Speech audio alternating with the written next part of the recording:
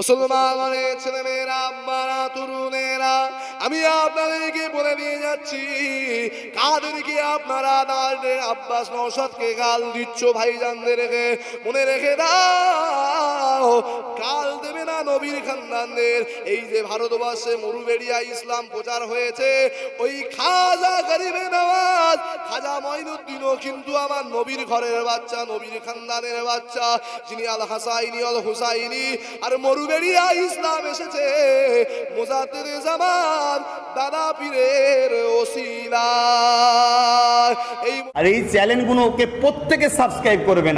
আমাকে যারা ভালোবাসেন, এখানে যতগুলো চ্যানেল আছে বা এই ভিডিও যারা ছাড়বে, আমি অনুরোধ করব এদেরকে সাবস্ক্রাইব করবেন, এদের পাশে থাকবেন, এদেরকে আর্থিক সহযোগিতা করবেন। মরুবেড়িয়ার লোকেরা মাথায় টুপি পেয়েছে, মরুবেড়িয়ার লোকেরা মাথায় এমন করে জুব্বা পিরান করেছে, এটা অন্য কারোর অবদান নয়, এটা আমার মুজাদ্দিদুল জামানের অবদান, আমার দাদুজান ছোট হুজুর পীর কেবলার অবদান। আল্লাহ নবীকে গাল দিয়েছিল ওয়ালিদ ইবনে মুগিরা, এই ওয়ালিদ ইবনে মুগিরা আমার নবীকে গাল দিয়েছিল। আল্লাহ নবী খানায় কাবা চত্বরে বসে বসে অজর নয়নে ঝরঝর ঝরঝর ঝরঝর করে কাঁদতে লাগলো। আল্লাহ নবীর কাছে আল্লাহ ফারিস্তা জিবরাইল আমিনকে পাঠিয়ে দিলেন, এ হযরত জিবরাইল আমিন আলাইহিস সালাম, আমার হাবিবের দরবারে চলে যাও, আমার হাবিবকে গিয়ে বলে দাও আমার হাবিব যেন না কাঁদে। আমি আল্লাহ জানিয়ে দিলাম ওয়ালিদ ইবনে মুগিরা যেমন আমার নবীকে গাল দিয়েছে গো, আমি আল্লাহ জানিয়ে দিলাম ওয়ালিদ ইবনে মুগিরা হলো হারাম জাদা জারোর সন্তান।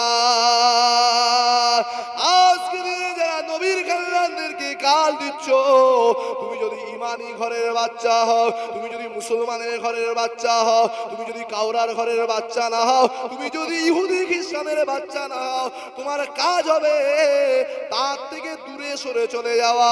বাবা পীরের আওলাদ, আমি গাল দেবো না, সে ভুল করছে কি ঠিক করছে আল্লাহ বিচার করবে, আমি তার থেকে দূরে সরে যাচ্ছি।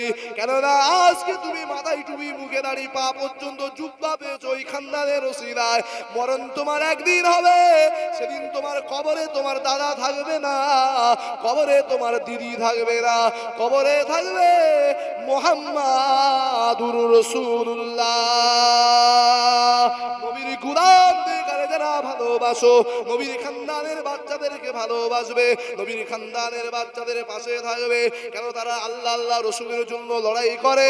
আর তুমি যে বেঈমান কাফেরদের পক্ষে হয়ে লড়াই করেছো, তোমার কবরে আগুন জ্বলবে, এতে কোনো সন্দেহ নাই, আছে নাকি? শোনো, আমি তাই তোমাদের হাতে ধরে পায়ে ধরে বলবো, নবীর ঘরের বাচ্চাদেরকে সম্মান করো। খাজা গরিবে নওয়াজ আমার নবীর ঘরের বাচ্চা, ইমামে হুসাইনের বংশধর, ইরাকের প্রেসিডেন্ট সাদ্দাম হোসেন নবীর ঘরের বাচ্চা।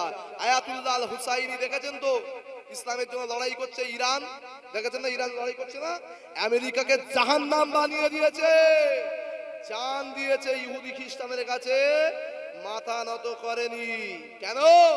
নবীর খানদান ইমামে হুসাইন জান দিয়েছে, এজিদের কাছে মাথা নত করেছিল? আয়াতুল্লাহ আলী খামেনি মাথা নত করেনি, বেঈমান কাফেরদের জন্য লড়াই করে গেছে, আর মরার আগে পর্যন্ত বলে গেছে আয়াতুল্লাহ খামেনি চলে যাবে, বেঈমান কাফেরেরা ইরান কোনোদিন জালিমের কাছে মাথা নত করবে না। জোরে বলুন সুবহান। ইরানের হাত দিয়ে আল্লাহ ইসলামের পতাকা উড়াবে খুবই তাড়াতাড়ি, আল্লাহ যদি বাঁচিয়ে রাখে দেখতে পাবে। আর যারা পেটার পকেট দেখো, দাদার দিদি ভাবো, তোমরা সেদিনে জালিমদের পাল্লায় পড়ে আল্লাহ বলেছে যাদের হয়ে লড়বি ওদের হাতেই তোদেরকে আমি আল্লাহ মেটাবো। বুঝতে পারছেন না? পারেননি?